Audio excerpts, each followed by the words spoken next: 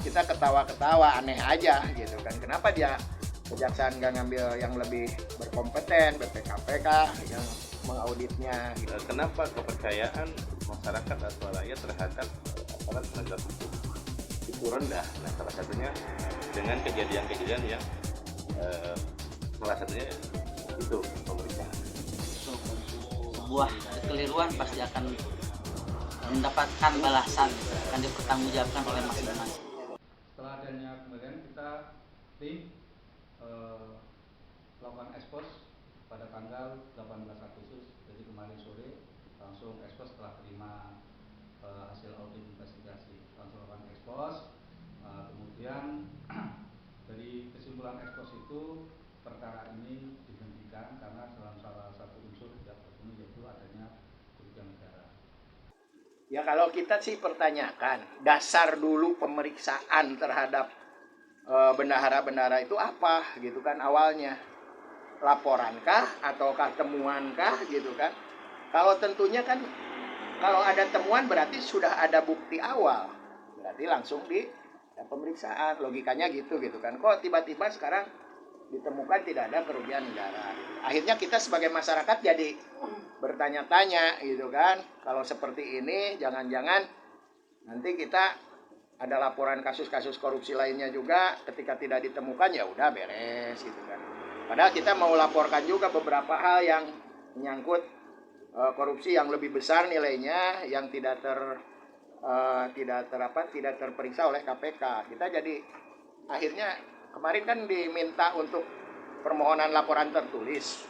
Kita mungkin jadi mikir dua kali, Kang, kalau kayak gini gitu kan.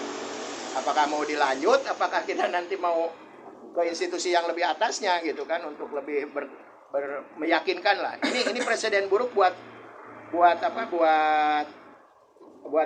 image Kejari sendiri di mata masyarakat gitu kan. Apalagi ya dalam tanda kutip ada isu bahwa adanya setoran-setoran karena ada berita bahwa Kejarinya mau pindah ya di akhir bulan ini gitu kan. Nah itu kan jadi presiden yang nggak baik gitu kan. Itu saya kira.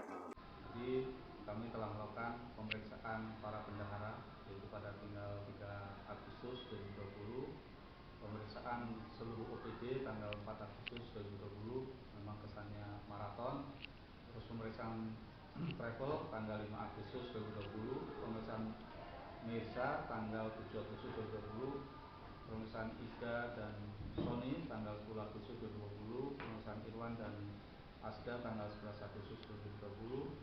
Terus kita juga langsung setelah terbit seprindik, kita mengajukan untuk minta bantuan inspektorat, yaitu audit investigasi pada tanggal 3 Agustus 2020. Berisi dengan kasus yang penanganan apeksi ya, yang terjadi di Kalabaja hari ini, dengan keputusan atau yang diambil oleh pihak Kejari, itu menunjukkan istilahnya itu kepercayaan kan.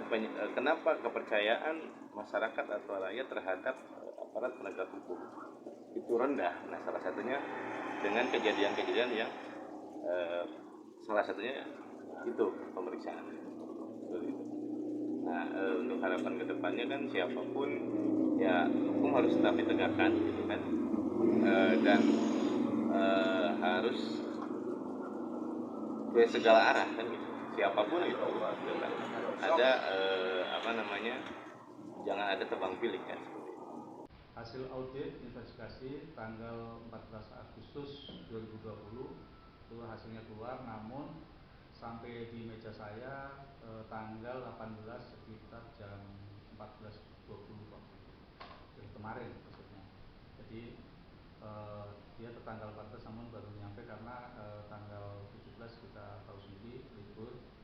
Terus para OPD dari temuan hasil audit investigasi situ temukan adanya kelebihan pembayaran yang kalau tidak dikembalikan nanti akan terjadi kerugian negara. Namun rupanya pada 29 OPD tanggal 14 Agustus 2020 telah mengembalikan kelebihan bayar ke kas daerah melalui Bank BJB cabang Banjar, yaitu dengan STS. Untuk kasus yang dikejari salah satu rumah yang terkait dengan afeksi dengan dihentikannya proses penyelidikan,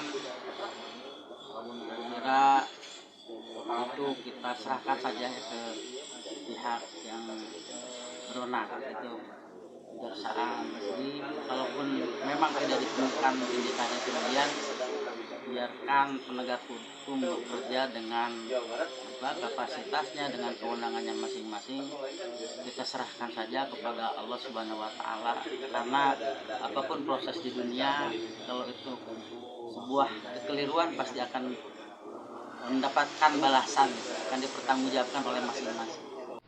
Ini dari 29 OPD ada di sini semua telah mengembalikan, yang mana jumlahnya bervariasi, tidak sama. Jadi kalau dilihat di sini, pengembalian ada yang 2 juta lebih, ada yang 1 juta lebih, ada yang cuma 735, ada juga yang sampai 17 juta. Jadi tidak sama antara OPD 1 dengan yang lainnya. Pada setelah ada audit investigasi dan dengan ada temuannya kelebihan membayar, sehingga mereka rupanya sudah mengembalikan, yaitu setor melalui dengan bukti STS pada 14 April